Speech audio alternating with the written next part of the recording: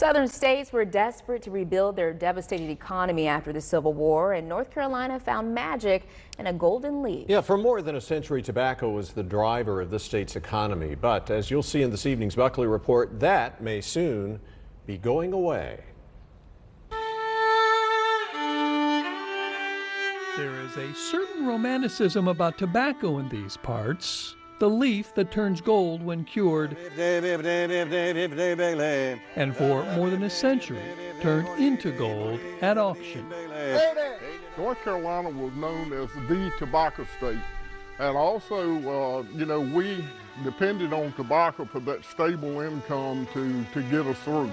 A lot of work. John Ash's tobacco roots, Most of it's been topped out. run very deep in Rockingham County. You've been doing this a long time. I have. Since 1988, hit the first crop.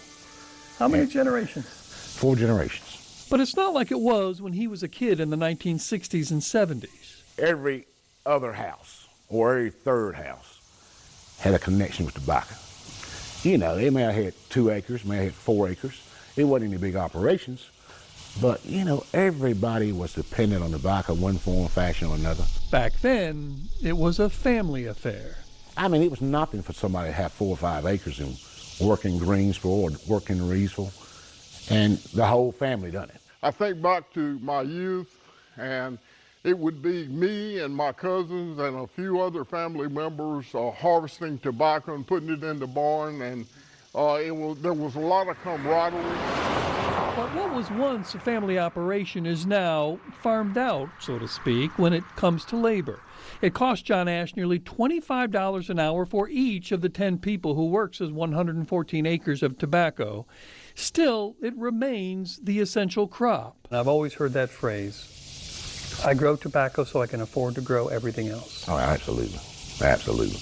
Tobacco, still to this day, it buys the combines, it buys the big trucks to haul the grain in. It pays the payment. It wasn't amber waves of grain that built North Carolina. It was flowing leaves of green. It used to be you ride through Reevesville, you smelled tobacco every day. Been a world of change. It built this area, though. It built this area. Fed a lot of people. Hospitals.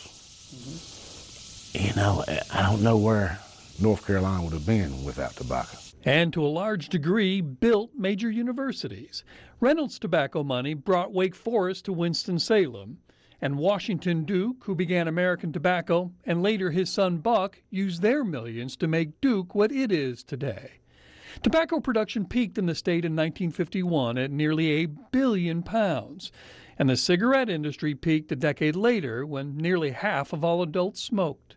Things began to change when, in 1964, the Surgeon General Luther Terry connected smoking with lung cancer, and by 2004, President Bush signed the legislation to help farmers transition out of tobacco with 10 years of payments from the government. At that time, there were over 100,000 allotment holders and farmers. Today, we know that there's basically about 1,000 people in North Carolina growing tobacco. That's it. That's it. So what, if anything, should the state do for tobacco farmers to keep the crop alive? That story in tomorrow evening's Buckley Report.